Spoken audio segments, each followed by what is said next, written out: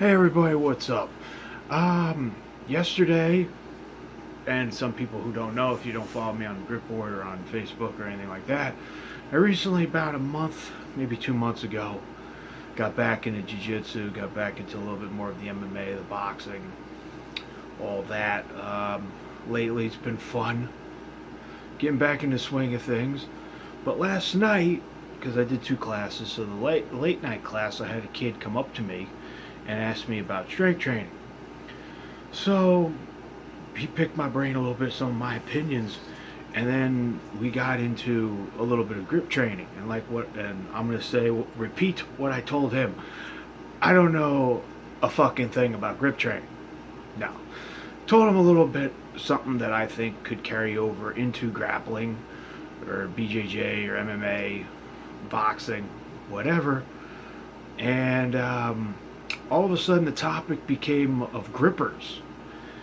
And I kind of made a comment that he looked at me with like I had six heads. And that was that I say grippers really don't carry over. Now he looked at me, yeah, these bad boys don't really carry over. And he looked at me and he was like, what do you mean by that? So I've been thinking about it all day. I just got through with a little workout, so I'm gonna discuss this matter to why I don't think. And I think guys like Jed Johnson, who's kind of like been like, don't waste your time too much on grippers unless you're doing like an event that has grippers in it, or a certification like for Iron Mine or GHP, then that's a different story. I'm kind of been venturing away from grippers a little bit lately. Just been, I don't know, I think mostly it just hurts my hand sometimes, but heavier grippers. So, going back to this. Now, this comment, he kind of looked at me, and I told him, don't waste your time with like the Walmart cheap ass $10 freaking gripper that's about 10 pounds of resistance, and you can do about 1,000,000 reps in one day and not get anything out of it. So, like, if you look at, like, Captains of Crush or GHP, just to mention a few, like, this one's a trainer.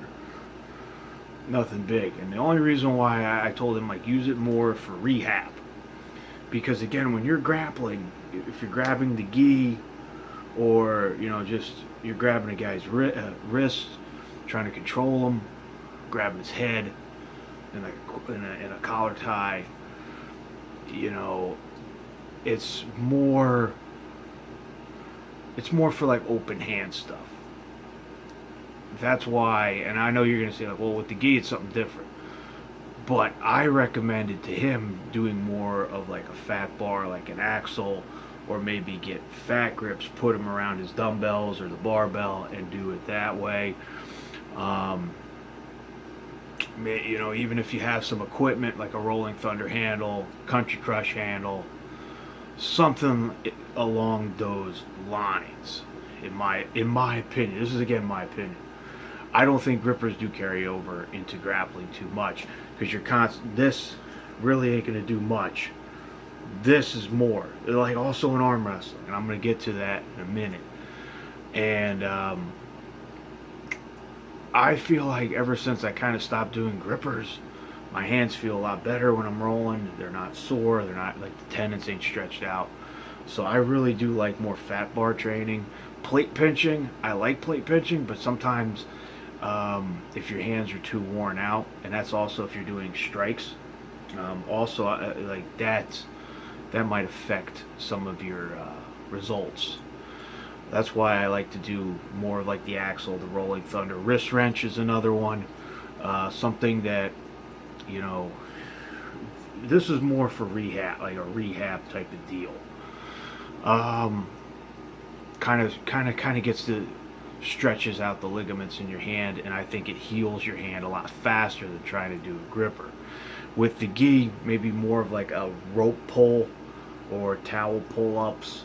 You're kind of holding on. It's a bunch, like a big wad of like a towel, and you're doing pull-ups with it, or even rows with a towel. That's still opening up your hand. I know Jed's going to say block weights. The only reason why grippers I say use more as a rehab it was advice I got from Rob Vagent Jr., who is a WAL arm wrestling champion, and actually he is on, if you look him up, on the Mash Monster ladder. So I asked him about grippers, and he says he doesn't really do them. He do once in a while he'll do some heavy gripper work, but usually he'll take a trainer like this and just constantly just rep. I told the kid, if you're gonna do that, just do a high rep. High rep, nothing crazy. Maybe 15, start out 15. Keep it open. And just see how you feel. I think if you follow me on Gripboard, you see I do 50 rep sets with the trainer, or 100 reps, which is, I think, my source of overkill. I don't recommend doing that, but I recommend doing maybe 15 to 20 reps for a couple of sets. Could be 3 to 5. That's my thing.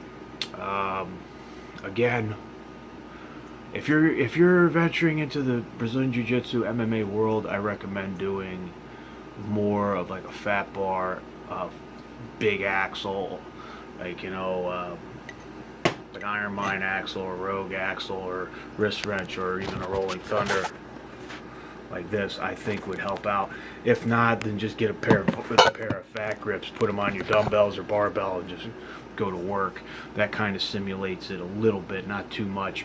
Or even put them on a pull-up bar and try to do pull-ups with that. That'll do a lot, I think, more than just doing grippers. Alright, that's my case. That's my 2 cents for a little bit, but it was just kind of on my mind, and I felt like making a video about it, since, I don't know, more people know me for freaking grippers for some odd fucking reason. But again, if you have any questions or criticizing my opinions, leave a comment and I'll reply to you. Maybe. I'll try to get back to you. Have a good day.